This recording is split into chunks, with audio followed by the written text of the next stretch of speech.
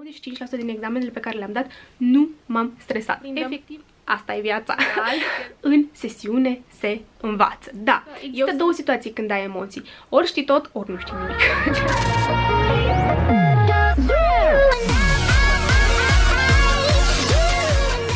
Salutare tuturor și bine v-am regăsit la un nou videoclip pe canalul meu de YouTube. Pentru cei care ați mai fost pe aici, vă întâmpin cu mare drag și vă mulțumesc pentru că sunteți aici. Iar pentru cei care sunt noi pe canalul meu, nu trebuie să știți foarte multe lucruri despre mine. Numele meu este Delia și scopul meu este să construiesc o comunitate medicală bazată pe experiențe. Eu sunt student în anul al 4-lea. Îmi doresc foarte mult să împărtășesc foarte multe detalii din această călătorie a mea, așadar vă invit cu mare drag și pe Instagramul meu pentru a vedea toate close-up-urile și pentru a fi așa în contact în fiecare zi.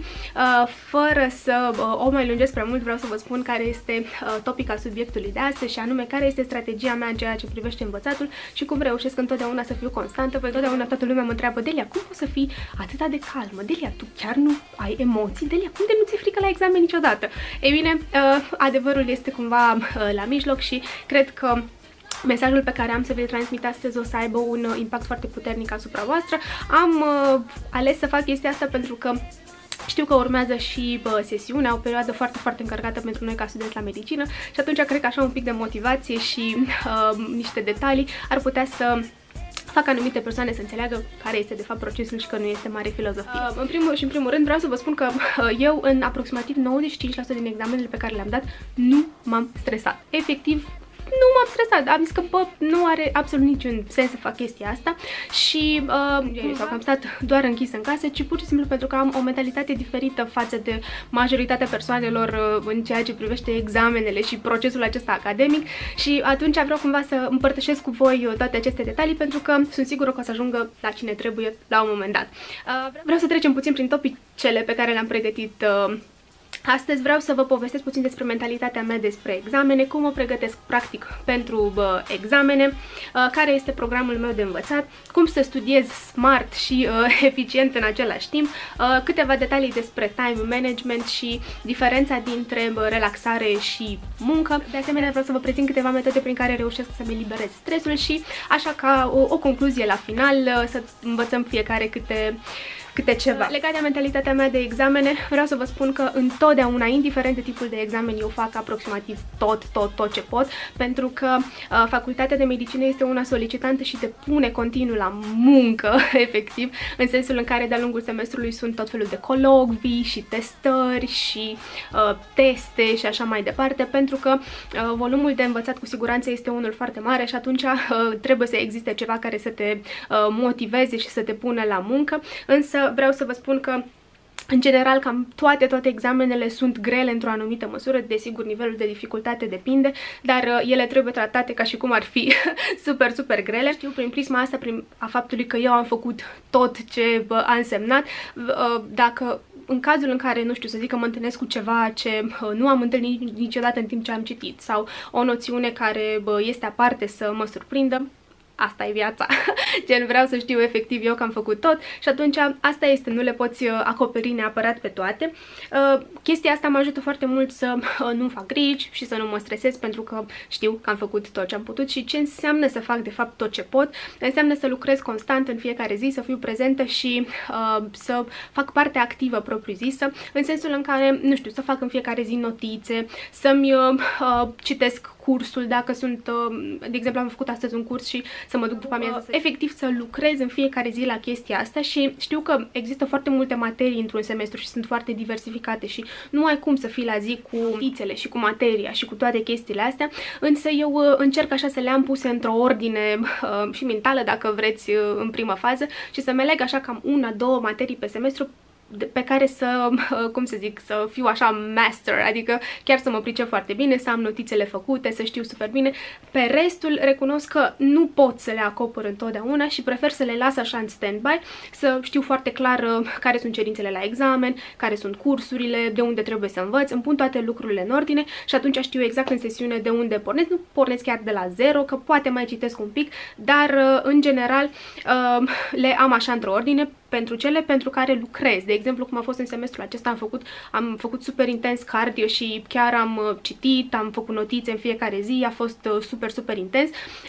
Mă ajută foarte mult chestia asta pentru că nu pornesc de la zero în sesiune. Este mult mai ușor să pornești de la o bază făcută decât să iei de la zero efectiv o materie propriu-zisă și atunci cu cât faci mai mult din timpul semestrului, cu atât va fi mai ușor. Practic în sesiune va fi deja o a doua citire, dacă vreți, în chestia asta și atunci, da, e important să o iei așa. În general, în sesiune se învață. Da, eu sunt întru totul de acord cu această chestie, că faptul că tu, practic, cam cu ce citești în timpul semestrului, cu acele noțiuni rămâi, sunt de acord, pentru că în sesiune timpul este foarte scurt, trebuie să acumulezi foarte multă informație și să o iei ca atare. Pe timpul semestrului toate informațiile pe care le citești ai timp să le descălcești altfel. Este altceva când poți să te uiți la filmulețe, când poți să citești în atlase sau în alte cărți, dar atunci când știi că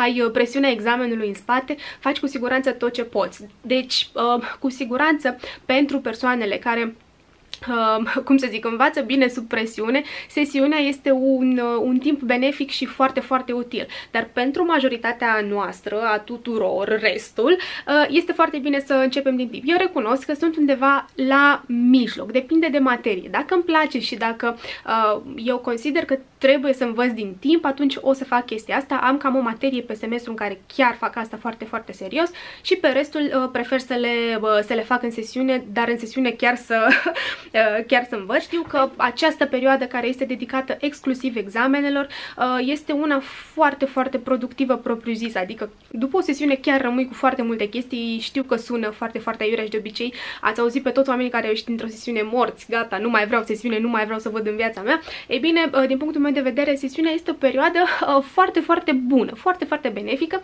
pentru că, pe lângă faptul că acumulezi super multe informații, citești, înveți, ești super activ, ai dreptul, sau nu știu cum să zic, să mă exprim să sune mai ok, ai posibilitatea să ai și o viață cât de cât echilibrată. De ce zic asta? Pentru că în sesiune, deși prioritatea este către examene, întotdeauna o să fie cumva, în funcție de gradul de dificultate, un program de gradul de dificultate al examenului, un program pe care chiar tu reușești să ți-l faci. Deci nu e mare.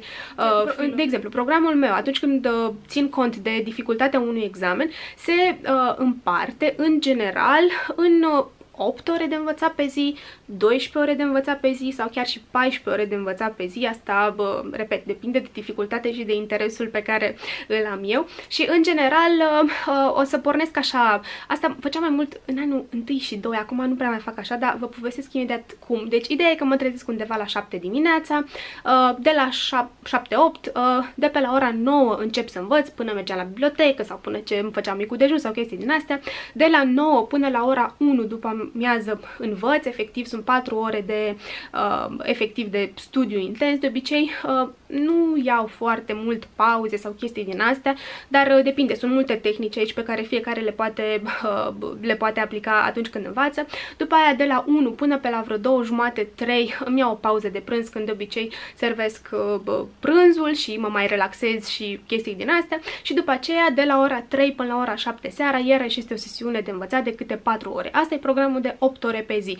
Și să zic între 7 și 8 seara am o pauză din nou pentru cină și în funcție de cum mă simt pot fie să mă uit la un serial și să stau și să mă relaxez, fie pot să mai citesc 2 ore până pe la vreo 10, fie mai pot să citesc încă vreo 4 ore, depinde cât de greu este examenul, care este statusul meu cu materia și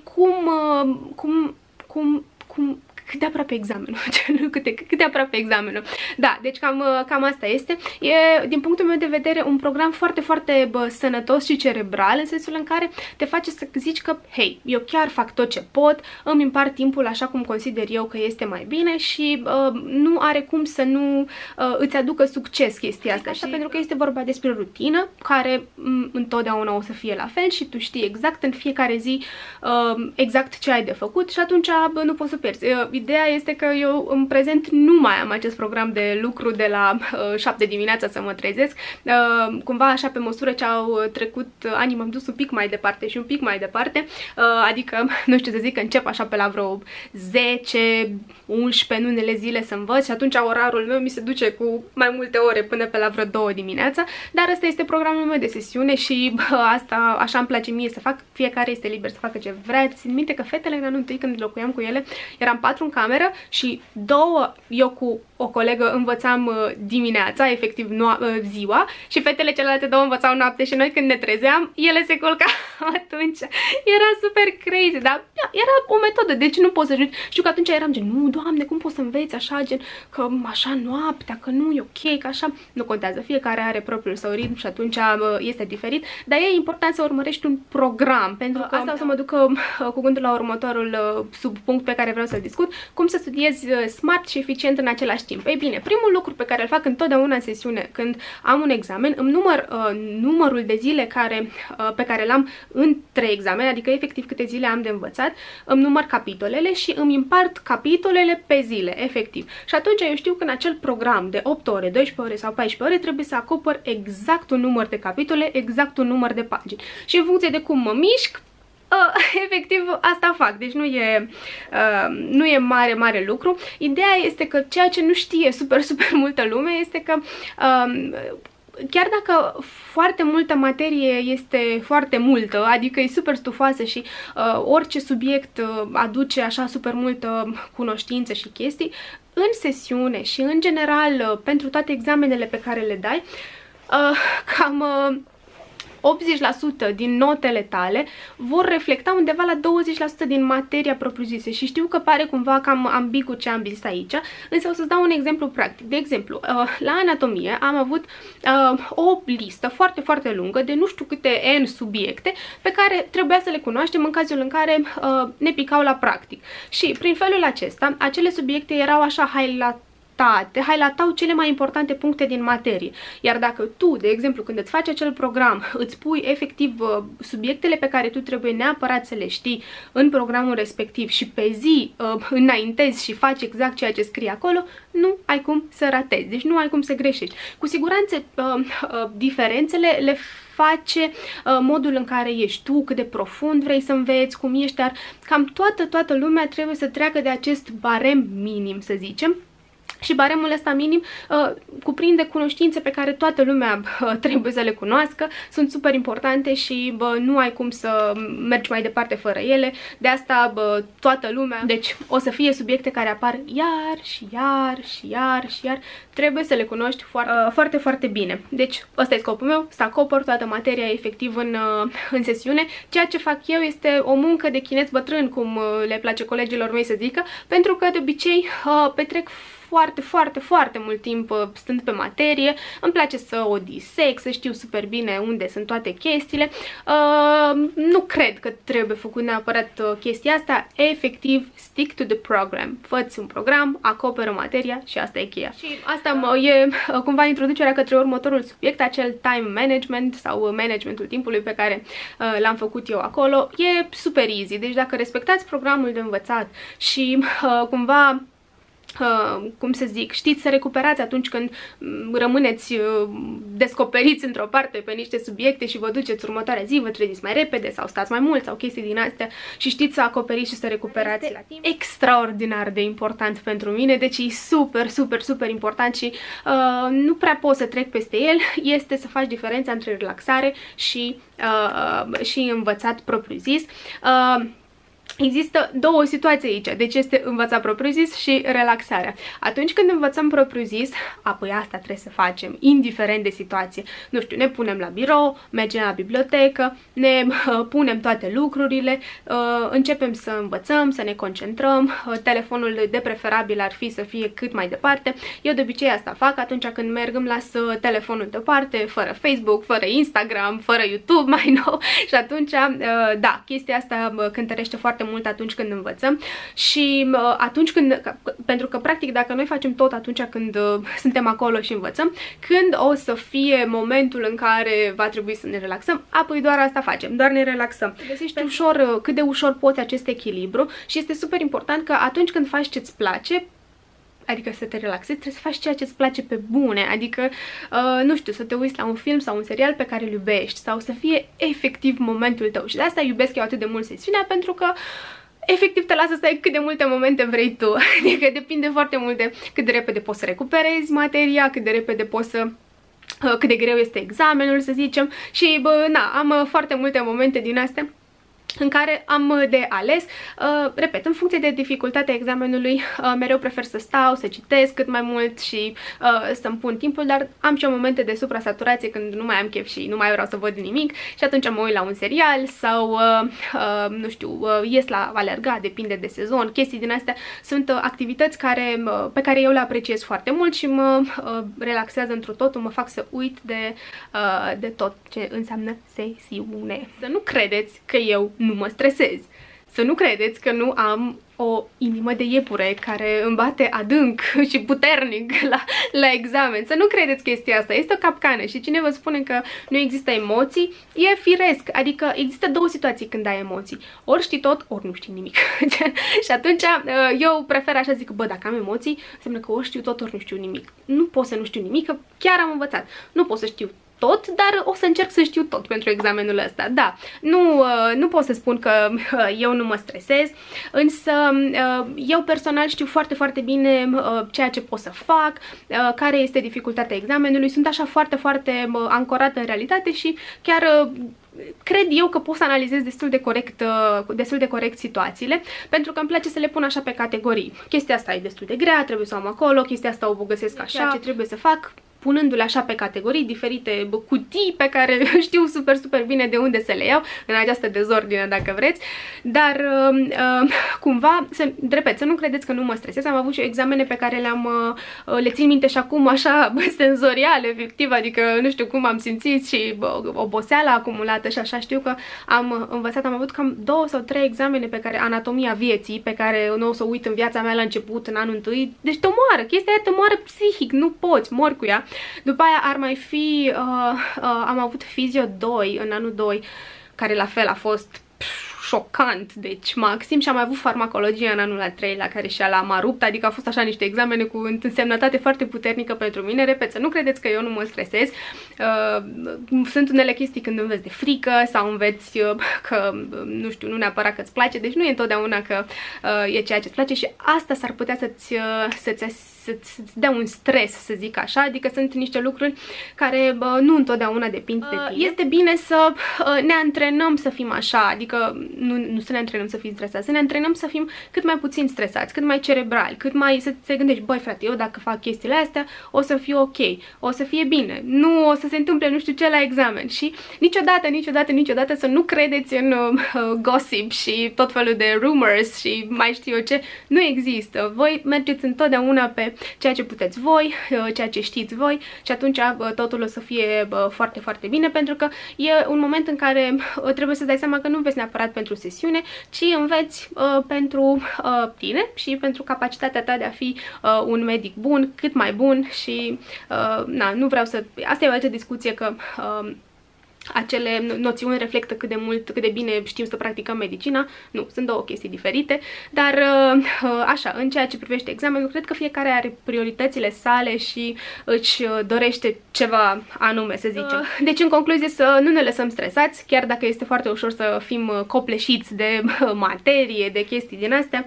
Nu suntem nici primii, nici ultimii care am trecut prin toate lucrurile astea, iar dacă sunt momente în care pățim asta, pentru că și eu am pățit și în sesiune mereu sunt cu agenda după mine și chestii din astea, ne dăm un moment înapoi și atunci îți faci o listă super clară a lucrurilor pe care trebuie să le faci, le iei încet și o să se rezolve, poate unele de la sine, poate unele cu puțin interes din partea ta, însă nu este mare filozofie, cu siguranță o să poți, sunt foarte, foarte sigură. Știu că să vorbesc de stres și chestii din astea, foarte multe fete se plâng de tot felul de modificări și de păr și de chestii chestii, toată lumea spune că ba se îngrașă, ba slăbește de la medicină. Da, sunt de acord cu faptul că există întotdeauna un nivel așa bazal de stres care e acolo și mocnește încet și uneori se mai duce mai sus și mai jos și chestii din astea. Da, este adevărată chestia asta, însă putem să facem lucruri care ne ajută pe noi să fim cumva mai bine cu noi, știți? Adică să facem un management al stresului cât de bun posibil și eu aș pune aici pe primul loc, nu sunt întotdeauna cel mai bun exemplu la asta, dar tot l-aș pune pe primul loc, ar fi activitatea fizică, pentru că fie că, nu știu, alegi să mergi la alergat sau fie că faci sală sau faci tot felul de sporturi, yoga și aikido și chestii, astea sunt pe bune, deci am prieteni care chiar fac asta.